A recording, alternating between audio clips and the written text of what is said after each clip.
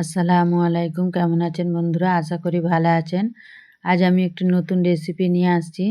আমরা অনেক রকম চপই বানাই। আজ আমি একটি নতুন ডিজাইনের চপ বানিয়ে দেখাবো। আজ আমি আগুনি চপ বানাবো। তার জন্য দেখুন গ্যাসটা জ্বালিয়ে কড়াই বসিয়ে দিয়েছি। আর আমি কড়াইয়ে বাটার দিয়েছি। আপনারা চাইলে সাদা তেলও দিতে পারেন, তবে বাটারটা দিলে স্বাদটা ভালো আসে। স্বাদ বাটারটা গরম হয়ে গেছে। এবার আমি সামান্য রসুন কুচি দিয়ে হালকা লাল করে নিয়েছি। এবার এখানে বড় সাইজের দুটি পেঁয়াজ দিয়েছি, দিয়ে পেঁয়াজটাও হালকা ভেজে নেব।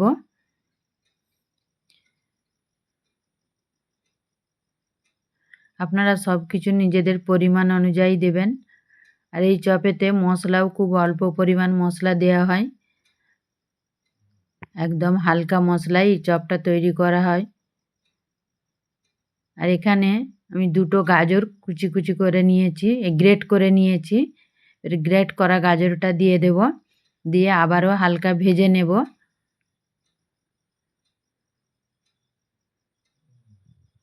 দেখুন হালকা ভেজে নিয়েছি। এবার 1 চামচ গোলমরিচের গুঁড়ো দিয়েছি।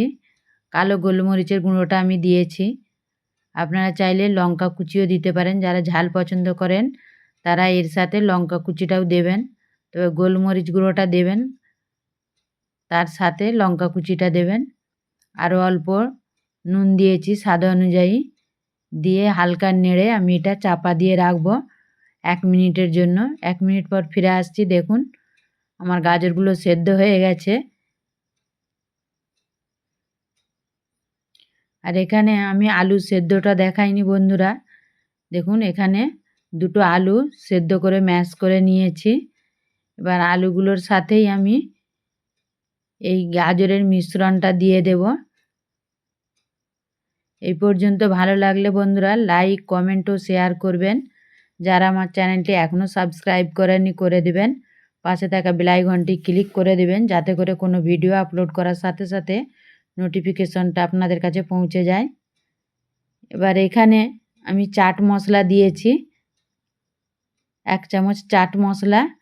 আবার আলু মাখাটাতে নুন দেওয়া নেই, সেই জন্য আমি অল্প নুন দিয়েছি, দিয়ে ভালো করে মেখে নিয়েছি।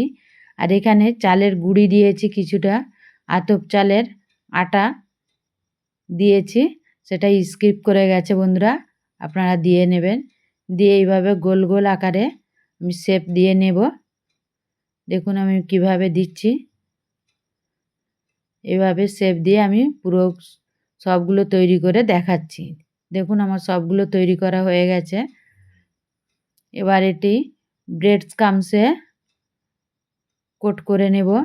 আর এটাতে কোনো ব্যাটারে চোবাতে হবে না, এমনি কোট করে নিলে হবে। যেহেতু আলু আছে তাই এটা আর ব্যাটারে কোট করতে হবে না, শুধু ব্রেড ক্রাম্ব দিয়েই কোট করে নিলে হবে। দেখুন আমি কিভাবে তৈরি করছি। দেখুন এভাবে ভালোভাবে কোট করে নেবেন। একটা কোট করলেই হবে, এখানে ডবল কোট করার দরকার নেই।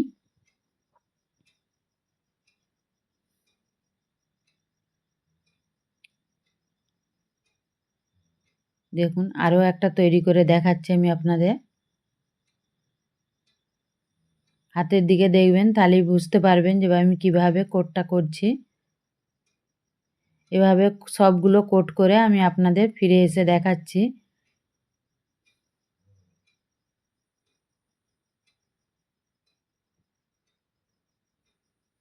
দেখুন সবগুলো আমার কোট করা হয়ে গেছে, এবার ভেজে নেব। দেখুন গ্যাসটা জ্বালিয়ে তেলটা বসিয়ে দিয়েছি, তেলটাও আমার গরম হয়ে গেছে।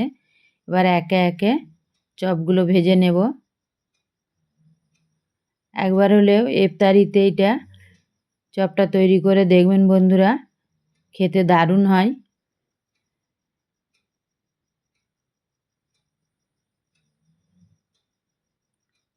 দেখুন আমার ভাজা হয়ে গেছে।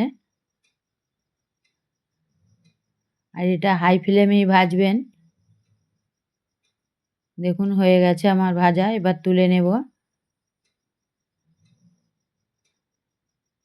চালের আটা দেওয়ার কারণে আর ব্রেড ক্রাম্ব আছে এটাতে, খুব সুন্দর মুচমুচে হয়। দেখুন আমি আপনাদের সার্ভ করে দিয়েছি স্যালাডের সাথে। চলুন বন্ধুরা, ফিরে আসবো অন্য কোনো এক নতুন রেসিপি নিয়ে। ততক্ষণ ভালো থাকবেন, সুস্থ থাকবেন এবং বাড়িতে বানিয়ে দেখবেন কেমন হলো আমাকে কমেন্ট করে জানাবেন। দেখুন ওপরটা মুচমুচে আর ভেতরটা একদম সফট।